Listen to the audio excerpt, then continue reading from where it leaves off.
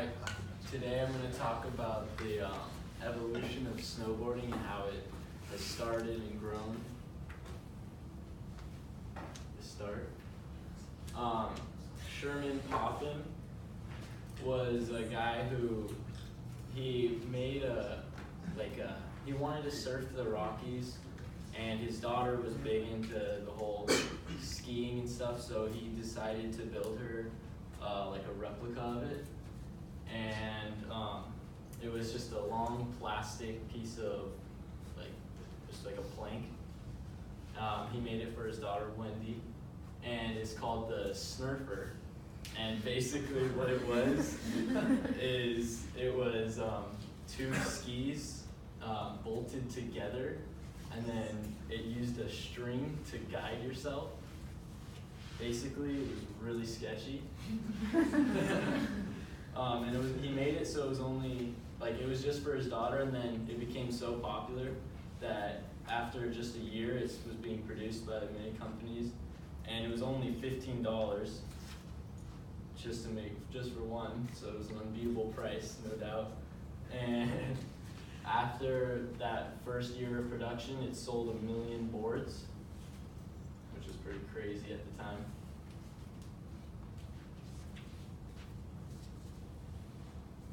So basically, that idea faded pretty quickly after. Not many people wanted to do it because it was just, they're all getting hurt. So this guy named Milovic developed a board like that, which basically, it was based off surfboards, and it used metal edges to help guide through the snow easier. Still, it was not easy. It's called the winter stick.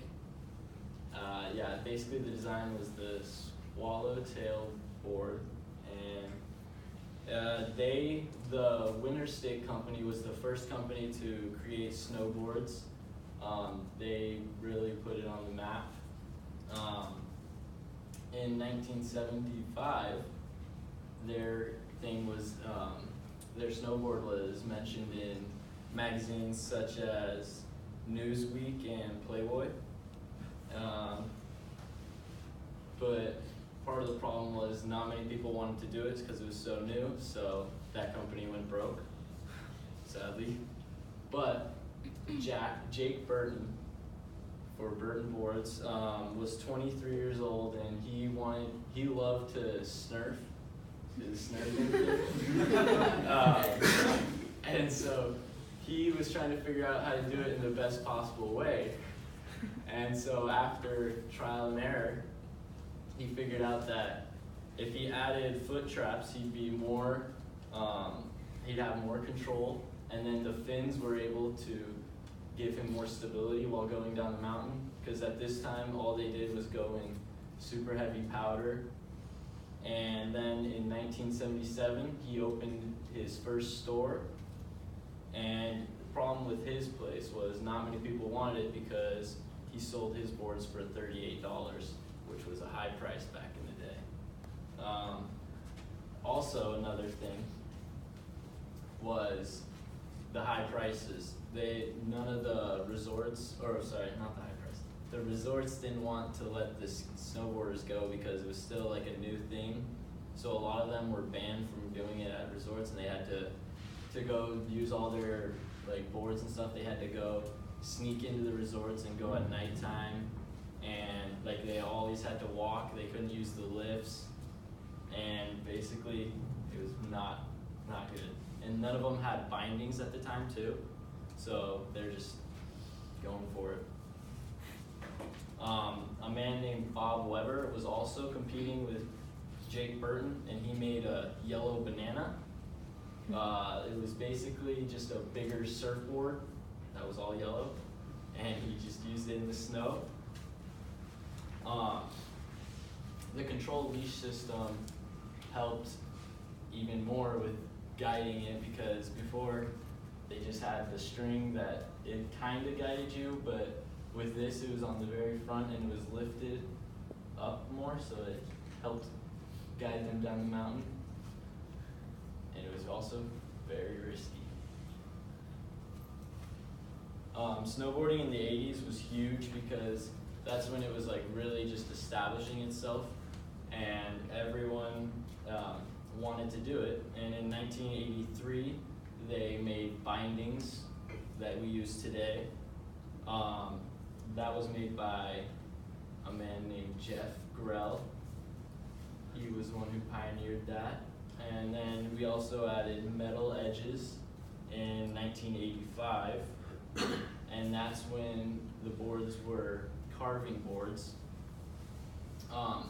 And by this point, resorts were allowing people to start snowboarding because it was popular and it was a lot of growth and it made them a lot of money from it.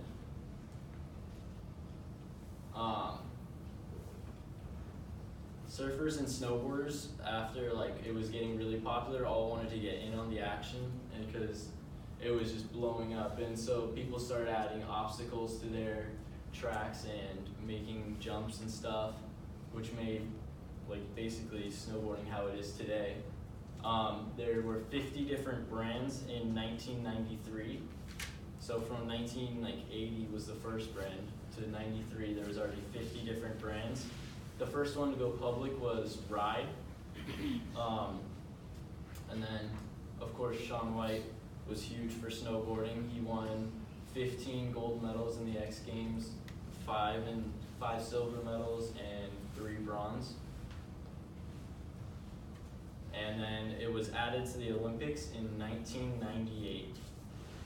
And basically, skiers to snowboarders, the problem is nowadays skiing is booming more than snowboarding is, per se.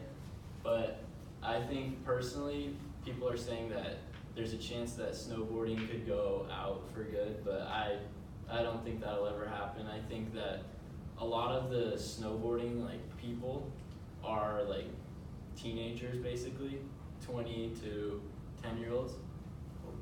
Yeah. 18 to 20-year-olds. And basically, yeah. And so I think that snowboarding is here to stay and that it's not going to go anywhere. The end.